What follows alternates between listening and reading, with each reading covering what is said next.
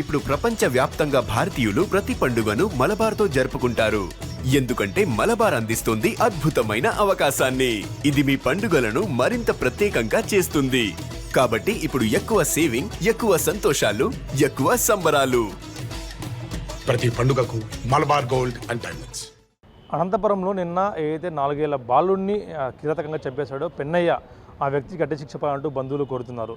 అత్యంత కీలకంగా చెప్పిన ఇలాంటి వ్యక్తులు సమాజంలో ఉండేందుకు అర్హులు కారు అంటూ కూడా బంధువులు డిమాండ్ చేస్తున్నారు. బస్ మనతో మాట్లాడేందుకు కొంత బంధువులు అయితే పిల్లవాడి మామ మనతో ఉన్నారు. ఎందుకంటే తల్లిదండ్రులు మాట్లాడేందుకు వాళ్ళు పూర్తిగా కూడా నిస్సహాయంగా ఉన్నారు. నిన్నటి నుంచి వాళ్ళు ఏం జరిగిందో తెలియకపోవడం, కొడుకు దూరం అవడంతో వాళ్ళు చాలా పుట్టుడు బాధతో ఉన్నారు. ఈ విషయంలో మనతో మాట్లాడేందుకు పిల్లాడి మామ ప్రస్తుతం మనతో ఉన్నారు. మీకు అయితే పెన్నయ్య ఎప్పటి నుంచి మీకు తెలుసు? ఎందుకు చంపాడుతున్నారు? అది భార్య ఒక గలాటి మీద అది చేసినది. ఆ భార్య కొట్టినాడు, వెళ్ళిపోయింది అమ్మ. ఆ కోపంతో చేసినాడు. ఎన్నాళ్ళుగా పరిచయం మీకు అతను? నాకైతే చిన్నప్పటి నుండి పరిచయం. నేను పుట్టి పెరిగినదంటే ఆ కాలనీలోనే. వాళ్ళు మాత్రం 4 ఏళ్ళ నుండి పరిచయం అంతే. అట్లా పిల్లోడిని ఆటోకి ఎక్కించుకొని తిరుక్కుంటా మా అల్లుడు అనేది తిప్పుకుంటా లాస్ట్కు నా కొడుకు ఏం చేసినా కోపంతో సైకిల్ వాడు. పిల్లోడు కూడా మామ అని పిలుస్తుండేవాడు అతను కూడా? మామని ఆటోలో పోతున్నాడు, ఆటోలో వస్తున్నాడు. బాగా పరిచయం అలవాటు అయిపోయింది. సందుల వాళ్ళు కాదు అలవాటు అయిపోయింది. నేను మామాని పిలుస్తున్నాను, వాళ్ళు మామని పిలుస్తాను. పిల్లలు కాబట్టి అట్లా పరిచయం అయ్యి ఇంకా అట్లా అయింది. నా కొడుకు మీకు ఇట్లా చేస్తాడని ఎవరికి తెలుసు? సైకోన్ ఒకటి ఫస్ట్ భార్యనే చంపేసినాడు వాడు. రెండో భార్య ఏమే? ఆమెకి ఏం తెలియదు, పాపం ఏం చేయలేదు. వదిలిపెట్టి వెళ్ళిపోయి ఉంటేనే అదే కోపంతోనే చంపేసినారు.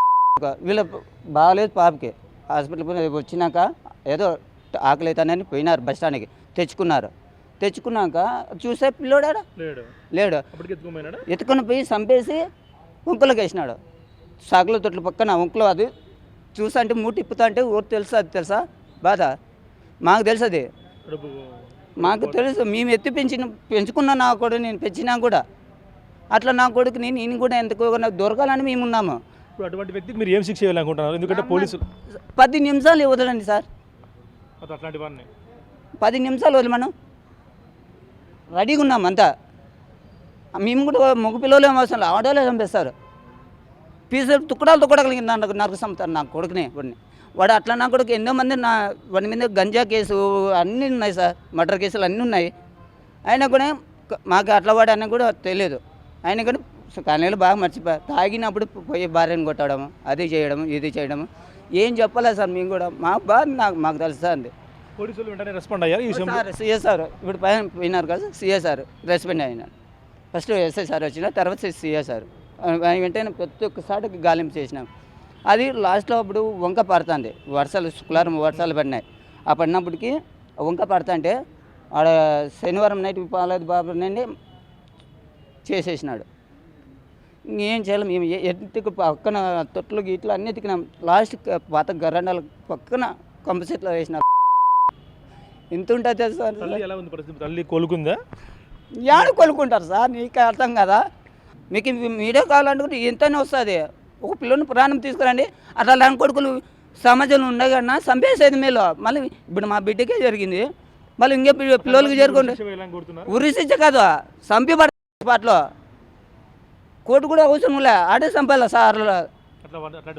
నిజంటే సార్ నాకు ఇంకా మాట్లాడకు కూడా ఉండదు సార్. నిజం కళల్లో కూడా నీరు తిరుగుతుంది ఇప్పటికి కూడా. ఎందుకంటే అలాంటి వ్యక్తులు సమాజంలో ఉండేది అనర్హులు. అట్లాంటి వాళ్ళని అక్కడే చంపేయాలంటూ కూడా. ఎందుకంటే 4 ఏళ్ల పిల్లాన్ని అభాషమైన పిల్లాన్ని అక్కడ చంపేసి వంకలో పడేసేందుకు ఎలాంటి మనసు ఒప్పిందంటూ కూడా వాళ్ళు అడుగుతున్న పరిస్థితి ఉంది. అట్లాంటి వ్యక్తులు మాకు అప్పగిస్తే మా ఇంట్లో మహిళలే అతన్ని నరికి చంపుతారంటూ కూడా వాళ్ళు తమ ఆవేశంగా చెప్తున్న పరిస్థితి ఉంది. Video Prasad Big TV Anantapur నుంచి.